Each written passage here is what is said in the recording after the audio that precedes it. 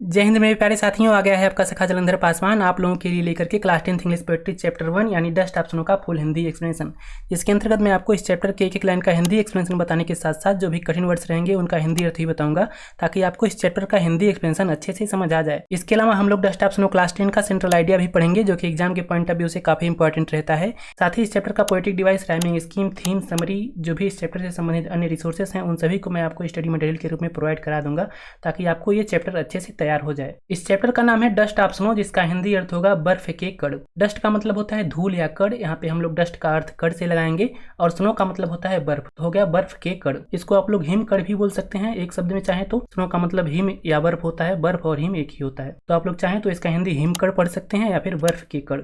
इस चैप्टर के राइटर हैं रॉबर्ट फ्रॉस्ट, जो कि एक प्रसिद्ध अमेरिकन कवि थे, और इनको अमेरिकी ग्रामीण जीवन की रियलिस्टिक डिपिक्शन यानी जीवंत चित्रण के लिए जाना जाता है। इस चैप्टर का हिंदी एक्सप्लेनेशन बताने से पहले मैं आपको इस चैप्टर के बारे में थोड़ा सा बता देता हूँ, ताकि आपको इस चैप्टर का हिंदी एक्सप्रेशन समझने में थोड़ा सा आसानी हो जाए। देखिए, सर्दी का मौसम है, चारों तरफ बर्फ गिरा हुआ है। कवि किसी कारणवश दुखी हैं, अर्थात उनका मूड सही नहीं है, वे बिल्कुल उदास हैं। उसी उदासावस्था में मतलब उदास होकर वे एक हिमलाक के वृक्ष के नीचे जाकर खड़े होते हैं। उस वृक्ष पर भी बर्फ का कण जमा हुआ रहता है। कवि उस वृक्ष के नीचे खड़े ही रहते हैं, तभी एक कौवा उड़ता हुआ आता है और उस वृक्ष की एक टहनी पर बैठ जाता है। उसको बैठने से वृक्ष की टहनियां हिल जाती हैं, जिससे उस पर जमे हुए बर्फ के कण कवि के ऊपर गिरते हैं। अब जैसे ही बर्फ के कण कवि के ऊपर गिरते हैं, उनकी मनोदशा में परिवर्तन हो जाता है, अर्थात कवि जो पहले दुखी थे अब बर्फ के कुछ कणों को शरीर पर गिरने से आनंद का अनुभव करने लगते हैं। इस तरह वे दिन के कुछ हिस्से को दुखी रहने से बचा लेते हैं, अर्थात वे पूरा दिन दुखी नहीं रहते हैं। तो यही पूरा पोयम है। इस चैप्टर का मतलब क्या है, इस चैप्टर के माध्यम से कवि हमें क्या संदेश देना चाहते हैं, इस पर हम लोग अभी थोड़ी देर बाद चर्चा करेंगे, लेकिन सबसे पहले इस चैप्टर का हिंदी एक्सप्रेशन करना सीखते हैं। आप लोग मेरे साथ ध्यान से देखिएगा, ये एक बहुत छोटा सा पोयम है, बहुत जल्दी आपको तैयार हो जाएगा।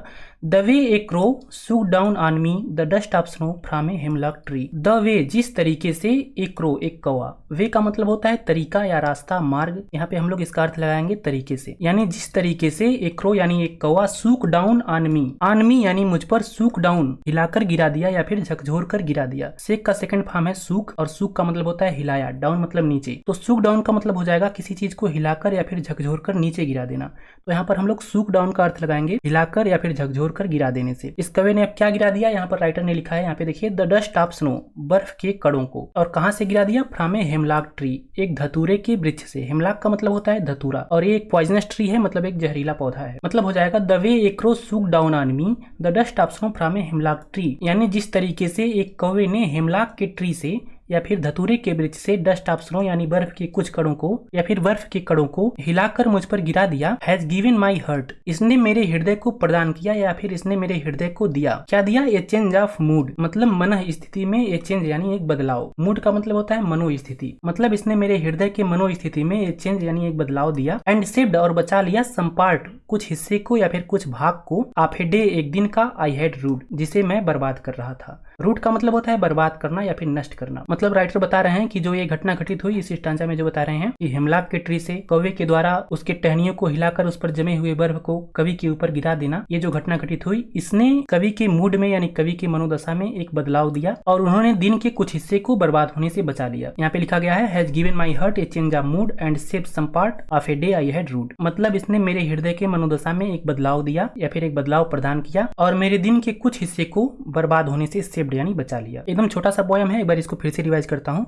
The way a crow shook down on me the dust of snow from a hemlock tree, मतलब जिस तरीके से एक कौवे ने हिमलॉक के वृक्ष से या फिर धतूरे के वृक्ष से बर्फ के कणों को हिलाकर या फिर झकझोर कर मुझ पर गिरा दिया। Has given my heart a change of mood and saved some part of a day I had rued, इसने मेरे हृदय के मन स्थिति में एक बदलाव प्रदान किया और मेरे दिन के कुछ हिस्से को बर्बाद होने से सेव्ड यानी बचा लिया। मतलब यहाँ पे राइटर के ऊपर जो हिमलॉक ट्री से कौवे ने बर्फ को गिराया, तो उनका मूड जो है पहले खराब था, लेकिन बर्फ के कणों को उनके ऊपर गिरने से उनका जो मूड था, मतलब मन स्थिति जो था, मनोस्थिति, वो चेंज हो गया, बदल गया, और इस तरह से वह अपने दिन के कुछ हिस्से को बर्बाद होने से बचा लेते हैं। मतलब उनका पूरा दिन ऐसे दुखी रहकर नहीं बीतता है, वे अपने दिन के कुछ हिस्से को सेव्ड यानी बचा लेते हैं। तो एक छोटा सा ये पोयम है, रॉबर्ट फ्रॉस्ट ने इसको लिखा है। इसमें कहीं न कामा है न फुल स्टॉप है, बस लास्ट में एक फुल स्टॉप है। आप चाहें तो इस पूरे पोयम को याद भी कर सकते हैं। The way a crow shook down on me the dust of snow from a hemlock tree has given my heart a change of mood and saved some part of a day I had rued. थोड़ा सा speed में मैं आपको इस chapter को फिर से एक बार रिवाइज करता हूँ, ताकि ये पोयम आपको एकदम अच्छे से याद हो जाए। आप मेरे साथ ध्यान से देखिए। The way a crow shook down on me the dust of snow from a hemlock tree has given my heart a change of mood and saved some part of a day I had rued. जिस तरीके से एक कौवे ने हिमलाक के tree से या फिर धतूरे के ट्री से बर्फ के कणों को हिलाकर मुझ पर गिरा दिया, इसने मेरे हृदय के मनोदशा में एक बदलाव प्रदान किया और मेरे दिन के कुछ हिस्से को बर्बाद होने से सेव्ड यानी बचा लिया। यहाँ पे एक ट्री का नाम आया है हिमलाक ट्री यानी धतूरे का वृक्ष। मैंने आपको बताया एक पॉइजनस ट्री होता है, एक जहरीला पौधा होता है। कितने लोग इस पौधे को देखे हैं। इस पौधे में एक तरह का सफेद सफेद फूल भी आता है। कई बार उसको भगवान शिव को जल के रूप में मतलब जल में डाल करके उसको चढ़ाते हैं। तो हिमलाक के ट्री को मतलब धतूरे के वृक्ष को कितने लोग जानते हैं, let me know in the comment session, मुझे कमेंट करके जरूर बताइएगा। तो इस तरह से एक छोटा सा पोएम था, समाप्त हुआ। अब इसमें बात करते हैं हम लोग कि इस चैप्टर के माध्यम से कवि हमें संदेश क्या देना चाहते हैं, इस चैप्टर का आखिर मैसेज क्या है। देखिए पोएम तो बहुत छोटा है लेकिन जो इसका मीनिंग है बहुत डीप है, बहुत गहरा है और बहुत बड़ा भी है। यहाँ पर सबसे पहले तो कवि ये बताना चाहते हैं कि नेचर जो है, नेचर में हीलिंग पावर होती है। मतलब नेचर यानी प्रकृति आपके किसी भी तरह के दुख को समाप्त कर सकती है, हर सकती है। तो सबसे पहले तो हमें नेचर से जुड़े रहना चाहिए, सबसे पहला मैसेज ये है इस चैप्टर का। और दूसरा मैसेज ये है कि यहाँ पे आप लोग पोएम में पढ़े क्रो आया है यानी कौवा, और यहाँ पे एक हिमलाक ट्री आया है, जैसे कि मैंने आपको बताया एक पॉइजनस ट्री है। तो ये दोनों चीजें जो है क्रो और हिमलाक ट्री, इनको सामान्य तौर पर अनस्पीशियस माना जाता है, अशुभ माना जाता है। हमारे वहाँ नहीं, जहाँ की रॉबर्ट फ्रॉस्ट है अमेरिकन कंट्री में। यहाँ पे जो हिमलाक ट्री है या फिर ब्लैक चीज मतलब कौवा है, इसको लोग अनस्पीशियस मानते हैं, अशुभ मानते हैं। जैसे हमारे वहाँ होता है ना कि बिल्ली रास्ता काट दे, नहीं जाना चाहिए। मतलब अगर आप कहीं जा रहे हैं किसी काम से और आपका रास्ता बिल्ली काट दे तो अगर आप जाते हैं तो आपका काम बिगड़ जाएगा, ऐसा मतलब लोग कहते हैं। हालांकि ऐसा होता नहीं है, ये एक बाह्य आडंबर है, ये अंधविश्वास है, इस पर विश्वास नहीं करना चाहिए। ऐसे ही यहाँ पर मतलब ये चीजें प्रचलित हैं कि कौवा है अनस्पीशियस है या फिर हिमलाक ट्री है, ये सब चीजों को लोग बहुत अनस्पीशियस मानते हैं, अशुभ मानते हैं। तो यहाँ पे कवि हमसे बताना चाहते हैं कि ये सब चीजें भी कई बार हमारे जीवन में मतलब जब हमारा मूड सही नहीं रहता है तो ये भी हमें कई बार मदद कर देती हैं, क्योंकि ये सब नेचर का एक पार्ट है, प्रकृति का एक पार्ट है। तो हमें सभी चीजों से जुड़े रहना चाहिए और इन पर ऐसे बाह्य आडंबरों पर हमें विश्वास नहीं करना चाहिए। फिर चाहे वो एक क्रो हो या फिर हिमलाक ट्री हो, किसी भी तरीके से अगर आप नेचर से जुड़े हैं तो कहीं भी आपको लाभ हो सकता है। तो दूसरा मैसेज यही है कि हमें मतलब किसी भी तरह के बाह्य आडंबरों पर ऐसे विश्वास नहीं करना चाहिए। अगर हम लोग अपने यहाँ के संदर्भ में बात करें तो यहाँ पे जैसे होता है, जैसे मैंने आपको एक बताया बिल्ली रास्ता काट के नहीं जाना चाहिए, एकदम बकवास चीज है यार। मतलब ऐसा कहीं मतलब आप खुद सोचो, आप एक इंटरव्यू के लिए जा रहे थे और आपका रास्ता अचानक बिल्ली काट दी, तो क्या आप इंटरव्यू के लिए नहीं जाओगे। और तर्क की बात यह है, तो कई बार लोग जाते हैं, मतलब ऐसे बिल्ली रास्ता काट देती है और लोग जाते भी हैं उस काम के लिए, लेकिन अगर बाई चांस वो काम नहीं होता है तो मतलब वो दोस्त जो है वो किस पे देते हैं, बिल्ली को, कि मैं जा रहा था या फिर काम के लिए आ रहा था तो बिल्ली रास्ता काट दी थी तो ये काम देखो नहीं हुआ। हालांकि ये एकदम पूरी बकवास चीज़ें होती हैं, जैसा कि मैंने आपको बताया। इन सब चीज़ों पर विश्वास न करें। कई बार तो लोग कहते हैं कि छींक से भी लोगों को कई बार दिक्कत होने लगती है, कि छींकने से भी मतलब कई बार अशुभ चीज़ें हो जाती हैं। इसके अलावा और भी कई सारी चीज़ें हमारे समाज में प्रचलित हैं, या फिर नेवला रास्ता काट दे, सांप रास्ता काट दे, इन सभी को लेकर नेवला रास्ता काट दे, सांप रास्ता काट दे या फिर बिल्ली रास्ता काट दे, कोई छींक दे, या फिर आज ये दिन है तो इस दिशा में नहीं जाना चाहिए, ऐसी कई सारी चीज़ें हमारे समाज में भी प्रचलित हैं। तो इसके माध्यम से हम लोग ये सीख सकते हैं कि ऐसे चीज़ों पर हमें विश्वास नहीं करना चाहिए। कई बार यही चीज़ें भी, जैसा कि यहाँ पे कवि के केस में हुआ, ये क्रो और हिमलाक ट्री, ये दोनों कारण बने कवि के दिन में मतलब खुशियाँ वापस लाने का। मतलब जो कवि पहले निराश थे उनको खुश करने में ये हिमलाक ट्री और क्रो ये महत्वपूर्ण भूमिका निभाए। तो अगर कवि ये मान लेते कि अनस्पीशियस एक कौवा है, मतलब हमको हिमलाक ट्री के नीचे नहीं जाकर खड़े होना है, तो कभी कभी जाता ही नहीं वहाँ पे खड़े होने। और अगर कभी हिमलाक के ट्री के नीचे खड़ा नहीं होता तो वहाँ पे कौवा आकर बैठता भी तो कभी के ऊपर जो है बर्फ नहीं गिरता। तो इस तरह से कभी उदासी रह जाते। तो यहाँ पे जो दूसरा मैसेज है वो यही है कि हमें किसी भी चीज़ को अनस्पीशियस मतलब अशुभ नहीं समझना चाहिए। ये तो उन्होंने अपने समाज के हिसाब से लिखा है। हमारे समाज में क्या प्रचलित है मैंने आपको बताया। आपको उन सभी चीज़ों पर फिर चाहे वो छींकना हो, आज कोई विशेष दिन है तो विशेष दिशा में नहीं जाना है, बिल्ली रास्ता काट दी है, नेवला रास्ता काट दिया, नहीं जाना है, तो ऐसी चीज़ों पर आपको विश्वास नहीं करना चाहिए। तो ये थे 2 मैसेज इस पोएम से, और काफ़ी डीप मतलब मीनिंग था इस पोएम का यार। भले छोटा पोएम है, आप लोग इसको याद जरूर कीजिएगा। तो एक बार फिर से सबसे पहला मैसेज क्या था, मतलब नेचर में हीलिंग पावर होता है। आपके किसी भी तरह के दुख को मतलब आप किसी भी तरह से दुखी हैं तो प्रकृति जो है उसमें उतना पावर है कि आपको हील कर सकती है, आपके दुख को हर सकती है। और दूसरा मैसेज ये था कि आपको बाह्य आडंबरों पर, जैसे कि इनके हिसाब से मतलब क्रो और हिमलाक है, लेकिन हम लोग अपने हिसाब से सोचें तो जैसे बिल्ली रास्ता काट दे, कोई छींक दे तो इधर नहीं जाना है, आज ये दिन है तो इधर इस दिशा में नहीं जाना है, ऐसी चीज़ों पर विश्वास नहीं करना चाहिए। मतलब बाह्य आडंबरों से दूर रहना चाहिए। ये दूसरा मैसेज था इस पोएम का। तो ये थी इस पोएम में कुछ समझने वाली बातें। अब हम लोग इस पर चर्चा कर लेते हैं कि एग्जाम के पॉइंट ऑफ व्यू से क्या समझना है आपको इस पोएम के लिए, क्योंकि वो ज़्यादा जरूरी है कहीं ना कहीं। तो यहाँ पे मैंने कहा था आप लोगों से सेंट्रल आइडिया बताने के लिए, तो चलिए थोड़ा सा सेंट्रल आइडिया पढ़ते हैं। अच्छा, ये डिफिकल्ट वर्ड मीनिंग है जो कि मैंने आपको पोएम का हिंदी एक्सप्लेनेशन बताते वक्त भी आपको बताया है, फिर भी आप लोग चाहें तो यहाँ पे देख सकते हैं, इसका स्क्रीनशॉट वगैरह ले सकते हैं।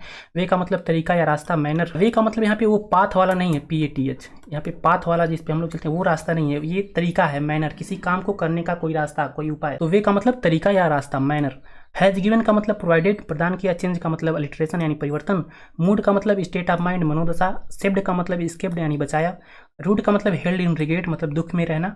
और हेमलॉक ट्री एक पॉइजनस ट्री, आप लोग इसको धतूरे का वृक्ष भी इसका हिंदी अर्थ लिख सकते हैं। तो ये थे इस चैप्टर के कुछ डिफिकल्ट वर्ड्स मीनिंग। अब हम लोग इस चैप्टर का सेंट्रल आइडिया देखते हैं। सेंट्रल आइडिया यहाँ पे मैंने 2 लिख रखा है, यहाँ पे एक थोड़ा सा लॉन्ग सेंट्रल आइडिया है जैसे कि यहाँ पे आप देख सकते हैं, और यहाँ पे एक थोड़ा सा शॉर्ट सेंट्रल आइडिया है, ठीक है। तो मैं दोनों को आपको बता देता हूँ, आप लोगों को जो सही लगे उसको लिख लीजिएगा। होता क्या है कि आप लोग थोड़ा सा बड़ा जब पढ़ते हैं तो एग्जाम में कुछ ना कुछ चीजें याद आ जाती हैं और आप लोग लिख लेते हैं तो पूरा नंबर कहीं ना कहीं मिल जाता है। कोशिश कीजिए थोड़ा सा बड़ा ही पढ़ने का, ठीक है। मैं आपको दोनों बताऊंगा। The central idea of the poem dust of snow by Robert Frost is that, मतलब रॉबर्ट फ्रॉस्ट के द्वारा लिखी गई कविता या फिर रॉबर्ट फ्रॉस्ट की कविता डस्ट ऑफ स्नो का सेंट्रल आइडिया यानी केंद्रीय विचार यह है कि, सेंट्रल आइडिया का मतलब होता है केंद्रीय विचार हिंदी में। इवन स्मॉल इवेंट्स, छोटी घटनाएं भी, इवेंट का मतलब होता है घटना, can have a significant impact on our mood and outlook on life. Can have a significant impact, महत्वपूर्ण प्रभाव डाल सकती हैं। सिग्निफिकेंट का मतलब होता है महत्वपूर्ण, इम्पैक्ट का मतलब प्रभाव। ऑन आवर मूड, हमारे मन स्थिति पर, एंड आउटलुक ऑफ लाइफ, जीवन के आउटलुक पर यानी दृष्टिकोण पर। मतलब छोटी घटनाएं भी जीवन के दृष्टिकोण पर और हमारे मनोदशा पर एक महत्वपूर्ण प्रभाव डाल सकती हैं। द पोइट, जैसे कि इस पोएम में हुआ, मतलब एक छोटी सी घटना थी कि एक व्यक्ति वृक्ष के नीचे जाकर खड़ा हुआ, उस पर एक पक्षी आकर बैठा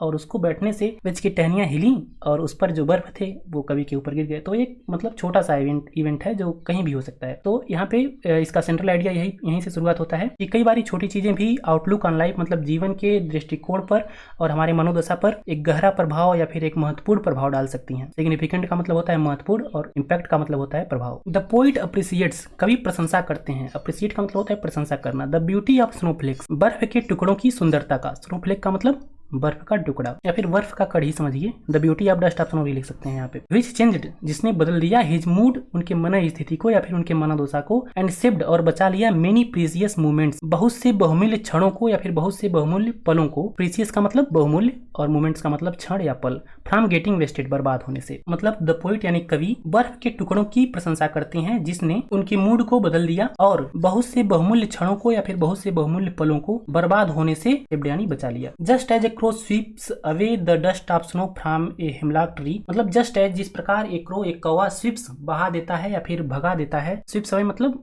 बहा देना या फिर भगा देना, या फिर आप कह सकते हैं दूर कर देना, झाड़ देना। The dust of snow from a hemlock tree, hemlock के वृक्ष से बर्फ के कणों को, मतलब जिस तरह से एक कौवा बर्फ के कणों को हेमलॉक के वृक्ष से झाड़ देता है। इन द सेम वे, ठीक उसी प्रकार, वन मतलब कोई भी व्यक्ति, कैन स्वीप अवे, झाड़ सकता है या फिर अपने आप से दूर कर सकता है, सैडनेस, उदासी को, फ्रॉम वंस हार्ट, अपने हृदय से। मतलब उसी प्रकार कोई व्यक्ति अपने हृदय से दुखी को या फिर उदासी को दूर कर सकता है या फिर झाड़ सकता है, निकाल सकता है। इसको एक बार फिर से रिवाइज करता हूँ, ध्यान से देखिएगा। रॉबर्ट फ्रॉस्ट की कविता डस्ट ऑफ स्नो का सेंट्रल आइडिया यानी केंद्रीय विचार यह है कि छोटी घटनाएं भी जीवन के दृष्टिकोण और हमारे मनोदशा पर महत्वपूर्ण प्रभाव डाल सकती हैं। कवि बर्फ के टुकड़ों की प्रशंसा करते हैं जिसने उनके हृदय को बदल दिया और बहुत से बहुमूल्य पलों को बर्बाद होने से सेव्ड यानी बचा लिया। जिस प्रकार एक कौवा बर्फ के कणों को हेमलॉक ट्री से झाड़ता है या फिर गिराता है, ठीक उसी प्रकार कोई व्यक्ति अपने हृदय से उदासी को यानी सैडनेस को हटा सकता है या फिर दूर कर सकता है। तो ये था डस्ट ऑफ स्नो का सेंट्रल आइडिया, एग्जाम में पूछा जा सकता है, ध्यान दीजिएगा इस पर। यहाँ पे मैं नीचे हिंदी भी इसका दे देता हूँ, ये रहा हिंदी इसका। एक दूसरा सेंट्रल आइडिया भी है जैसा कि मैंने आपको बताया था, उसको भी मैं आपको बता देता हूँ। The central idea of the poem dust of snow by Robert Frost is that, यानी रॉबर्ट फ्रॉस्ट की कविता डस्ट ऑफ स्नो का केंद्रीय विचार यह है कि स्मॉल थिंग्स यानी छोटी चीजें can make a big difference, एक बड़ा अंतर ला सकती हैं, इन हाउ वी फील, कि हम कैसा महसूस करते हैं। मतलब छोटी चीजें भी हम कैसा महसूस करते हैं इसमें एक बड़ा अंतर ला सकती हैं। The poem tells the story of how the poet's mood changed, the poem tells मतलब कविता बताती है, द स्टोरी ऑफ कहानी को, किस कहानी को, how the poet's mood change, कि कवि का मूड यानी मनोदशा कैसे बदला। When a crow shook the snow from a hemlock tree on to him, जब एक कौवे ने हिमलाक के ब्रिज से उन पर बर्फ को गिराता है। मतलब कविता इस कहानी को बताती है कि कैसे कवि की मनोदशा बदल जाती है जब एक हिमलाक के पेड़ से एक कौवा मतलब बर्फ के कणों को गिराता है। तो यह एक छोटा सेंट्रल आइडिया था डस्ट ऑप्शनों का, मतलब इस वाले से थोड़ा सा छोटा है, बहुत ज्यादा नहीं, थोड़ा सा छोटा है। आप किसी एक को भी याद कर सकते हैं। एक बार इसको फिर से रिवाइज कर देता हूँ। रॉबर्ट फ्रॉस्ट की कविता डस्ट ऑप्शनों का केंद्रीय विचार या फिर सेंट्रल आइडिया यह है कि छोटी चीजें भी हम कैसा महसूस करते हैं इसमें बड़ा अंतर ला सकती हैं। कविता यह कहानी बताती है कि कैसे कवि की मनोदशा बदल जाती है जब एक कौवा हिमलाक के ब्रिज से उन पर बर्फ के कणों को गिराता है। यहाँ पे सूक द डस्ट ऑप्शनों आप लोग चाहे तो कर सकते हैं, यहाँ पे द के बीच में dust of when a crow shook the dust of snow from a hemlock tree unto him. मतलब जब एक कौवा हिमलाक के ब्रिज से उन पर बर्फ के कणों को गिराता है। तो ये था इस चैप्टर यानी डस्ट ऑफ स्नो का सेंट्रल आइडिया। अब हम लोग बात कर लेते हैं इस चैप्टर के पोएटिक डिवाइसेस पर। तो ये रहे इस चैप्टर के कुछ पोएटिक डिवाइसेस। अब पोएटिक डिवाइसेस क्या होते हैं? पोएटिक डिवाइसेस कविता में यूज किए गए ऐसे एलिमेंट्स होते हैं जो कविता की मतलब क्वालिटी को, ब्यूटी को चेंज कर देते हैं, थोड़ा सा इनहेंस कर देते हैं। अर्थात आप कह सकते हैं कि ऐसे सभी एलिमेंट्स जो पोयम के ब्यूटी को, पोयम के रिदम को इनहेंस कर दें, उनको आप लोग पोएटिक डिवाइस बोल सकते हैं। अब इसमें कौन से पोएटिक डिवाइसेस हैं थोड़ा उस पर ध्यान देते हैं। सबसे पहले यहाँ पे पोएटिक डिवाइसेस है वो है मेटाफर। अब मेटाफर क्या होता है यार? तो मेटाफर किन्हीं दो वस्तुओं के बीच में तुलना करने का एक इमेजिनेटिव यानी काल्पनिक तरीका होता है, लेकिन ये सिमिली से थोड़ा अलग होता है। सिमिली में भी हम लोग कंपेरिजन करते हैं, लेकिन ये सिमिली से थोड़ा सा अलग होता है। इसको हम लोग समझेंगे कभी जब मेटाफर और सिमिली वगैरह में मतलब फिगर ऑफ स्पीच वगैरह पढ़ेंगे हम लोग। अभी के लिए आप इतना समझिए कि मेटाफर क्या होता है कि किन्हीं दो चीजों के बीच कंपेरिजन करने का एक इमेजिनेटिव वे है, मतलब काल्पनिक तरीका है। तो यहाँ पे आप लोगों के लिए मैंने थोड़ा सा एक्सप्लेनेशन भी लिख रखा है। The poem employs metaphorical language to convey its message. The dust of snow is used as a metaphorical for a transformative experience. अब मैं इन सभी का एक लाइन का हिंदी एक्सप्लेनेशन मैं आपको नहीं बताऊंगा वरना वीडियो काफी लंबा होगा, और एग्जाम में भी आपको इसका एक्सप्लेनेशन करने के लिए ऐसे नहीं आता है। आपको एक स्टांजा दे देगा, जैसे कि मान लीजिए ये वाला स्टांजा दे देगा आप लोगों को, और इसमें आप लोगों से पूछेगा कि इसमें कौन सा फिगर ऑफ स्पीच यूज हुआ है, मतलब कौन सा पोएटिक डिवाइस इसमें यूज हुआ है। तो आप लोग थोड़ा सा डिटेल में समझे रहेंगे तो आप लोगों को बताने में वहाँ पे आसानी होगी, और ये सामान्य तौर पर मल्टीपल चॉइस क्वेश्चन में ही पूछा जाता है। तो यहाँ पे मेटाफर क्या है? डस्ट ऑफ स्नो है, और इसको एक ट्रांसफॉर्मेटिव एक्सपीरियंस के लिए, मतलब एक परिवर्तनकारी अनुभव के लिए as a metaphor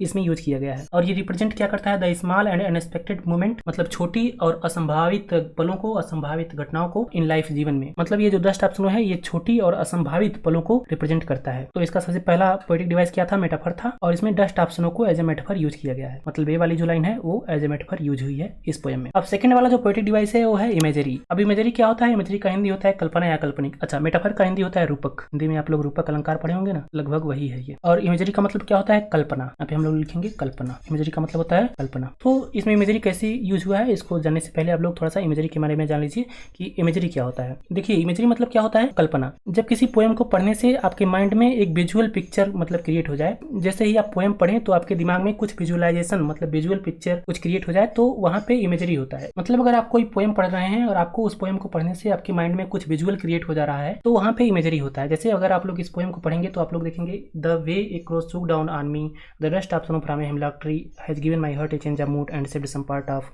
A day I had rued. तो यहाँ पे जैसे ही आप लोग पहला स्टांजा पढ़ते हैं तो आपके दिमाग में क्या आता है? मतलब बर्फ है पहले तो, और एक ब्रिज है, ब्रिज के नीचे एक व्यक्ति है और उसके ऊपर एक कौवा आकर बैठा हुआ है। तो ऐसा कुछ आपके दिमाग में एक पिक्चर बन जाता है। तो इसलिए यहाँ पे क्या है? पोएटिक डिवाइस में आप लोग लिख सकते हैं कि यहाँ पे इमेजरी यूज हुआ है। यहाँ पे इसके एक्सप्लेनेशन में भी यही सब लिखा हुआ है। Robert Frost use vivid imagery to paint a picture in the reader's mind. आप लोग इसको पढ़ लीजिएगा। अब जो नेक्स्ट पोएटिक डिवाइस में यूज हुआ है वो है सिम्बोलिज्म। सिम्बोलिज्म का हिंदी होता है प्रतीकवाद। क्या होता है? प्रतीकवाद। अब सिम्बोलिज्म क्या होता है? तो सिम्बोलिज्म क्या होता है कि जब किसी कविता में किसी वस्तु का प्रयोग किसी अन्य वस्तु को रिप्रेजेंट करने के लिए, दिखाने के लिए किया जाए, तो वहाँ पे सिम्बोलिज्म होता है। अब इसमें जैसे ही आप कविता पढ़ते हैं तो यहाँ पे आप पाते हैं कि जो क्रो है यानी कौवा है और डस्ट ऑफ स्नो यानी बर्फ के जो कण हैं, इन दोनों को ही सिंबलाइज किया गया है, मतलब एज ए सिंबॉलिक एलिमेंट इस पोएम में यूज किया गया है। किसको? क्रो को और डस्ट ऑफ स्नो को। तो ये दोनों इस पोएम के क्या है? सिंबॉलिक एलिमेंट हैं, और इन दोनों से कवि अलग अलग चीजों को रिप्रेजेंट करते हैं इस पोएम में। मैंने आपको पोएम का एक्सप्लेनेशन बताते वक्त भी आपको बताया है। यहाँ पे थोड़ा सा एक्सप्लेनेशन भी लिखा हुआ है। मतलब जो क्रो है वो रिप्रेजेंट करता है किसको? मॉडर्न एस्पेक्ट्स ऑफ लाइफ, मतलब जीवन के सांसारिक परिप्रेक्ष्य को। मॉडर्न का मतलब होता है सांसारिक और एस्पेक्ट का मतलब होता है परिप्रेक्ष्य। यहाँ पे सांसारिक परिप्रेक्ष्य लिखा गया है, वही इसका मतलब है कि यहाँ पे लोग इसको अनस्पेशियस मानते हैं। और क्रो को एज अनस्पेशियस बर्ड यूज करते हुए इसमें पोयम हमें ये मैसेज देते हैं कि हमें किसी भी चीज़ों को अशुभ या अशोभनीय नहीं मानना चाहिए। तो क्रो भी सिम्बलाइज हुआ है इस पोएम में, और डस्ट ऑफ स्नो भी सिम्बलाइज हुआ है। वो कैसे सिम्बलाइज हुआ है? यहाँ पे अनएक्सपेक्टेड एंड ट्रांसफॉर्मेटिव इवेंट, मतलब ये जो डस्ट ऑफ स्नो है ये एक असंभावित और परिवर्तनकारी घटना को रिप्रेजेंट करता है इस पोएम में। तो इस तरह से इस पोएम में सिम्बोलिज्म भी यूज हुआ है एज ए पोएटिक डिवाइस, और इसमें दो सिम्बॉलिक एलिमेंट हैं। सबसे पहला है क्रो और दूसरा है डस्ट ऑफ स्नो। अब इसमें कुछ और पोएटिक डिवाइसेस हैं, उसको भी देख देख लीजिए, यहाँ पे लिखे गए हैं वो। अब इसके बाद जो इसमें अगला पोएटिक डिवाइस यूज हुआ है उसका नाम है अलिट्रेशन। अलिट्रेशन का हिंदी होता है अनुप्रास। इसको भी आप लोग शायद हिंदी में पढ़े होंगे, अनुप्रास अलंकार। अब अलिट्रेशन क्या होता है? अलिट्रेशन होता है repetition of consonant sound at the beginning of word. मतलब जब किसी शब्द के शुरुआत में कोई कॉन्सोनेंट साउंड बार बार रिपीट हो तो वहाँ पे क्या होता है? अलिट्रेशन होता है। अब इसमें इस पोएम में अलिट्रेशन कहाँ है? यहाँ पे आप देखेंगे कॉन्सोनेंट साउंड बार बार रिपीट हो रहा है, जैसे सूक और स्नो, और हैज हर्ट एच रिपीट हो रहा है। यहाँ पे फिर देखेंगे आप सेव्ड सम, ये भी यहाँ पे अलिट्रेशन है। तो ऐसे ये सब क्या है? इसमें अलिट्रेशन है, मतलब अनुप्रास है। यहाँ पे एक्सप्लेनेशन में भी एग्जांपल के तौर पर ये सब चीजें लिखी हुई हैं। बेसिकली आपको मतलब समझना है कि मतलब क्या रहेगा तो कौन सा पोएटिक डिवाइस यहाँ पे होगा। तो अल्ट्रेशन कब होगा? जब किसी कंसोनेंट साउंड का किसी वर्ड के आरंभ में बार बार रिपीटिशन हो तो वहाँ पे अल्ट्रेशन होता है। और यहाँ पे अल्ट्रेशन, यस का अल्ट्रेशन एज एग्जांपल यहाँ पे दिया गया है। सूक, स्नो, सेव्ड सम, ये सब क्या है? अल्ट्रेशन है। एच का अगर देखें तो हैज हर्ट। अब उसके बाद जो अगला पोएटिक डिवाइसेस है वो है राइम स्कीम। मतलब राइम स्कीम भी पोएटिक डिवाइसेस के अंतर्गत ही आता है। एग्जाम में कई बार पोएम का राइमिंग स्कीम पूछ लिया जाता है, इस पोएम का भी राइमिंग स्कीम पूछा जाता है। मतलब डस्ट ऑप्शन हो, पोएम का नाम दे देगा और पूछेगा कि भैया इस पोएम में कौन सा राइमिंग स्कीम यूज हुआ है। 4 ऑप्शन रहेंगे, आपको किसी एक ऑप्शन पर जो सही रहेगा उस पर ट्रिक करना होगा तो आपको 1 नंबर मिलेंगे। तो ये पोएम है डस्ट ऑफ स्नो। इसमें राइमिंग स्कीम कौन सा यूज हुआ है उसको हम लोग देखते हैं थोड़ा। सबसे पहले तो समझ लीजिए राइमिंग स्कीम होता क्या है। राइम स्कीम का मतलब होता है लयात्मक योजना, मतलब लयबद्ध योजना। उसमें लय क्या है? जैसे आप लोग इस पोएम को पढ़ेंगे तो the way a crow shook down on me the dust of snow from a hemlock tree. तो यहाँ पे क्रो स्नो, मी ट्री, ऐसे ही इस वाले स्टैंजा में हर्ट पार्ट, मूड रूड। तो यहाँ पे ये राइमिंग स्कीम बन रहा है, इसी को राइमिंग स्कीम बोलते हैं। मतलब जो लास्ट में तुक बनता है किसी पोएम को पढ़ने में, वही राइमिंग स्कीम होता है। तो यहाँ पे आप लोग जो तुक देखेंगे, मतलब राइम देखेंगे, वो इस लाइन का इस वाली लाइन के साथ है और इस वाली लाइन का इस लाइन के साथ है। मतलब जो फर्स्ट लाइन है उसका थर्ड के साथ और जो सेकंड लाइन है उसका फोर्थ के साथ। और सेम इसका भी है, मतलब सेकंड स्टैंजा का भी सेम ही है। ये जो फर्स्ट लाइन है वो थर्ड लाइन के साथ और जो सेकंड लाइन है वो फोर्थ लाइन के साथ एक तुक बना रहा है। तो ऐसे में मतलब इस लय से, इस तरीके के लयात्मक ढंग से अगर कोई पोएम लिखा गया हो कि पहला और तीसरा लाइन एक लय बनाते हो, दूसरा और चौथा लाइन एक लय बनाते हो एक स्टैंजा का, तो ऐसे में कौन सा राइमिंग स्कीम होगा उस स्टैंजा में? तो ऐसे में राइमिंग स्कीम होगा ए बी ए बी। क्या होगा? A B A B. मतलब अगर हम लोग इस लाइन को ए बी मान लें, इस लाइन को ए, फिर इस लाइन को बी, फिर इस लाइन को ए, फिर इस लाइन को बी, अगर इसको ऐसे ऐसे मान लें तो यहाँ पे आप लोग देखेंगे ए का ए के साथ हो रहा है और बी का बी के साथ। तो यहाँ पे जो राइम बन रहा है वो बन रहा है ए बी। तो इस प्रकार इसमें जो राइमिंग स्कीम होगा वो ए बी और ए बी का होगा। और इस तरह के राइमिंग स्कीम को मतलब जब किसी स्टैंजा का फर्स्ट लाइन थर्ड लाइन के साथ और सेकेंड लाइन फोर्थ लाइन के साथ तुक बनाए, मतलब राइम करे, तो ऐसे में वहां पर होता है alternate rhyme scheme. Rhyme scheme का एक टाइप है, आप लोग फिगर आप इस पढ़ेंगे तो जानेंगे। और अल्टरनेट राइम स्कीम को हम लोग रिप्रेजेंट करते हैं इससे, ए बी से। ठीक है, ये थोड़ा सा मतलब डीप टाइप हो जाएगा आप लोगों के लिए। बस आप लोग इतना जानिए कि जब फर्स्ट और थर्ड लाइन, सेकंड और फोर्थ लाइन राइम करे आपस में, तो वहाँ पे जो राइमिंग स्कीम होता है वो ए बी होता है और इसको हम लोग अल्टरनेट राइम बोलते हैं। वही चीजें यहाँ पे एक्सप्लेन की गई हैं। With the first and third line of the each stanza are second and fourth line of the each stanza rhyming. This consistent pattern of rhyme creates a sense of harmony and musicality in the poem. मतलब कविता का जो ये pattern है वो create करता है क्या? ए sense of harmony and musicality. Harmony का मतलब होता है समरसता या फिर सामंजस्यता, एंड म्यूजिकलिटी और संगीतमयता। मतलब कविता का जो एक कंसिस्टेंट पैटर्न है, ये जो राइमिंग है, एक कविता में एक सामंजस्यता या फिर समरसता की भावना और संगीतमयता को क्रिएट करती है। मतलब जब राइम होता है कविता में तो पढ़ने में अच्छा लगता है, वही यहाँ पे लिखा गया है। और ये हिंदी में भी होता है। अगर हिंदी में मतलब ऐसे राइम न रहे, मतलब तुक न करे, वहाँ पे पढ़ने में मजा नहीं आएगा। जैसे जय न्यूटन विज्ञान के आगर गति खोजते भर गए सागर, आगर सागर। अब यहाँ पे आगर सागर मतलब ऐसे राइम नहीं करता तो पढ़ने में थोड़ा सा मजा नहीं आता। तो ये हिंदी में भी होता है, इंग्लिश में भी होता है और हर लिटरेचर में ऐसा होता है। तो यहाँ पे राइमिंग स्कीम क्या है इस पोएम में आपने पढ़ा? A B. अब ए बी को कई बार ए बी इस कैपिटल ए से भी रिप्रेजेंट किया जाता है और कई बार इसको ए बी स्मॉल ऐसे भी लिखा हो सकता है और कई बार इसको ऐसे भी लिखा हो सकता है ए बी। तो कंफ्यूज नहीं होना है, ये सब एक ही है। और अगर हम लोग इसको ए बी कह रहे हैं तो इस वाले स्टांजा को आप लोग ए बी न करके सी डी कह सकते हैं, सी डी। और इसके बाद अगर बाई चांस एक और स्टांजा रहता और इसी पैटर्न में रहता, वैसे है तो नहीं, तो वहाँ पे हम लोग ई एफ कर सकते थे, ई एफ। मतलब जितना भी लंबा ये पोएम होता है ऐसे ये चलता रहता। तो डस्ट ऑप्शनों का राइमिंग क्या है? ए बी और सी डी का। मैं डस्ट ऑप्शनों का राइमिंग स्कीम बार इसलिए कह रहा हूँ क्योंकि ये एग्जाम में मल्टीपल चॉइस क्वेश्चन में कई बार पूछ लिया जाता है कि डस्ट ऑप्शनों का राइमिंग स्कीम बताइए। तो इसका राइमिंग स्कीम है क्या? A B. और इस तरह से राइमिंग स्कीम को हम लोग कहते हैं अल्टरनेट राइम स्कीम। अब इसके बाद जो नेक्स्ट पोएटिक डिवाइसेस है इस पोएम में, उसका नाम है इंजैममेंट। अब इंजैममेंट क्या होता है कि जब कोई सेंटेंस बिना किसी पाज के, बिना किसी फुल स्टॉप के, अब या फिर सीधे कहें कि बिना कोई पंक्चुएशन यूज किए लास्ट तक लिखा गया हो, मतलब उसमें कोई भी पाज न हो पोएम में, तो वहाँ पे इंजैममेंट होता है। और वही अगर आप लोग इस पोएम में ध्यान देंगे यहाँ पे, तो आप लोग पाएंगे कि कहीं फुल स्टॉप नहीं है, ना ही कहीं फुल स्टॉप है, ना ही कहीं कामा है किसी भी लाइन में। यहाँ पे देखिए लास्ट में एक केवल फुल स्टॉप है। तो ऐसे में यहाँ पे जो पोएटिक डिवाइस है उसका नाम होगा इंजैममेंट। इंजैम्बमेंट। यहाँ पे लिखा भी हुआ है इंजैम्बमेंट अकर्स व्हेन ए सेंटेंस और phrase continues beyond the end of A line without ए पाज और पंचुएशन मार्क। मतलब जब बिना किसी पंचुएशन मार्क के या फिर बिना किसी पाज के कोई वाक्य या वाक्यांश सीधे अंत होता है तो वहाँ पे जो पोएटिक डिवाइस होता है उसका नाम होता है इंजैम्बमेंट। मतलब इस पोएटिक डिवाइसेस को समझना एकदम आसान है। अगर किसी पोएम में कोई पाज ना हो, मतलब कोई कामा ना हो, कोई फुल स्टॉप ना हो, केवल लास्ट में एक फुल स्टॉप हो, तो वहाँ पे इंजैम्बमेंट नामक पोएटिक डिवाइस होता है। तो these are some of the poetic devices used in the poem dust of snow. और मुझे लगता है कि आप लोग समझे भी होंगे कि कैसे इन सभी पोएटिक डिवाइसेस को आप लोग पहचान सकते हैं। तो इसी पोएटिक डिवाइसेस को पढ़ने के साथ आपका ये चैप्टर समाप्त हो गया। मुझे नहीं लगता कि इस चैप्टर में कुछ बचा हुआ है। मैंने सब कुछ आपको इस चैप्टर का बता दिया, फिर चाहे वो इस चैप्टर का हिंदी एक्सप्लेनेशन हो, डिफिकल्ट वर्ड्स मीनिंग हो, पोएटिक डिवाइसेस हो, राइमिंग स्कीम हो, या फिर सेंट्रल आइडिया हो, मतलब जो भी इस चैप्टर में मुझे लगता था कि बोर्ड एग्जाम में आ सकता है, मैंने सब कुछ लगभग आपको बता दिया है। बाकी बात रही इस पीडीएफ की और एकदम इंपॉर्टेंट क्या है बोर्ड के लिए, मतलब अधिकतर इस चैप्टर से कैसे प्रश्न पूछे जाते हैं मैं आपको वो बता देता हूँ। तो यहाँ पे लिखा हुआ है dust of snow all resources, मतलब जो भी चीजें हैं इस चैप्टर से संबंधित उन सभी को आप लोग इस वाले लिंक पर, ये जो लिंक दिया हुआ है इस पे क्लिक करके जा सकते हैं। अच्छा, ये पीडीएफ मिलेगा तभी तो आप लोग इस पे क्लिक करेंगे और तभी तो इस पे जाएंगे। तो ये पीडीएफ मिलेगा आपको टेलीग्राम चैनल पे, टेलीग्राम चैनल का लिंक मिलेगा इस वीडियो के नीचे डिस्क्रिप्शन बॉक्स में। बाकी इस चैप्टर से जो इंपॉर्टेंट क्वेश्चन है वो क्या है उनको मैं आपको बता देता हूँ। अच्छा, इन सभी को पाने के लिए आप चाहें तो सीधे गूगल पर भी सर्च कर सकते हैं। आप लोग गूगल पे सर्च कीजिएगा खुलकर सीखें, वहाँ पे कुछ ऐसा रिजल्ट आएगा, आप लोग क्लिक कीजिएगा इस वाले लिंक पे, आप लोग वेबसाइट पे आ जाएंगे। मतलब आपको खुलकर सीखें का वेबसाइट ओपन करना है, आप लोग इस वेबसाइट पे आ जाएंगे। यहाँ पे एक सर्च का बटन आ जाएगा, इस पे क्लिक कीजिएगा और यहाँ पे सर्च कीजिएगा आप लोग डस्ट ऑफ स्नो। तो जैसे ही आप लोग डस्ट ऑफ स्नो सर्च करेंगे आपके सामने ये सब रिजल्ट आ जाएगा। ये इस चैप्टर का थीम, समरी, सेंट्रल आइडिया वगैरह है, पोएटिक डिवाइसेस वगैरह इसमें है। आप लोग इसको ओपन करेंगे तो पढ़ पाएंगे। नीचे इस चैप्टर का क्वेश्चन आंसर है जो कि यूपी बोर्ड की बुक से लिया गया है। तो यूपी बोर्ड के हैं तो ये एकदम इंपॉर्टेंट होगा और अगले वीडियो में हम लोग इसका डिस्कशन भी करेंगे। बाकी अगर आप यूपी बोर्ड के नहीं हैं तो आप लोग एज ए एक्स्ट्रा क्वेश्चन मानकर इसको पढ़ सकते हैं। इसके अलावा जो ये वाला लिंक है ये इस चैप्टर का हिंदी एक्सप्लेनेशन है जो मैंने आपको इस वीडियो में बहुत अच्छे से समझाया है। अब लगभग सारा रिसोर्सेज जो भी मेरे पास था मैंने आपको प्रोवाइड करा दिया। अब थोड़ा सा इंपॉर्टेंट क्वेश्चन के बारे में चर्चा कर लेते हैं जो इस चैप्टर से बोर्ड एग्जाम में पूछे जाते हैं। तो सबसे पहले तो इस चैप्टर से पूछा जाता है इस चैप्टर का सेंट्रल आइडिया, मतलब डस्ट ऑफ स्नो का सेंट्रल आइडिया कई बार बोर्ड एग्जाम में पूछा जाता है लिखने के लिए, इसीलिए 2 सेंट्रल आइडिया दिया है मैंने आपको।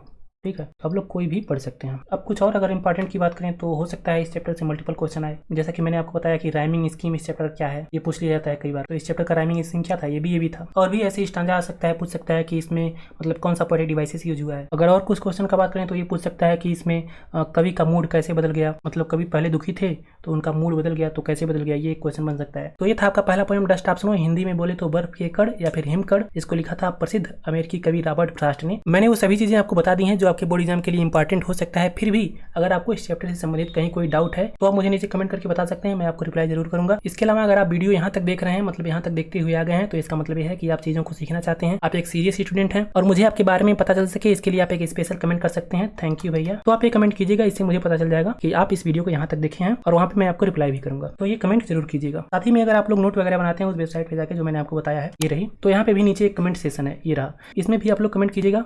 यही सेम कमेंट आप लोग कर सकते हैं। इससे क्या होगा, इससे मुझे पता चलेगा कि आप लोग यहाँ से देख करके वहाँ पे आए हैं और नोट वगैरह बनाए हैं। तो चलिए आज के लिए सिर्फ इतना ही। आई होप आप लोगों को ये चैप्टर अच्छे से क्लियर हुआ होगा। मैं आपसे फिर मुलाकात करूंगा एक अलग वीडियो में अलग टॉपिक के साथ। तब तक के लिए मुझे दीजिए इजाजत। धन्यवाद। और हाँ, चैनल को सब्सक्राइब भी कर लेना।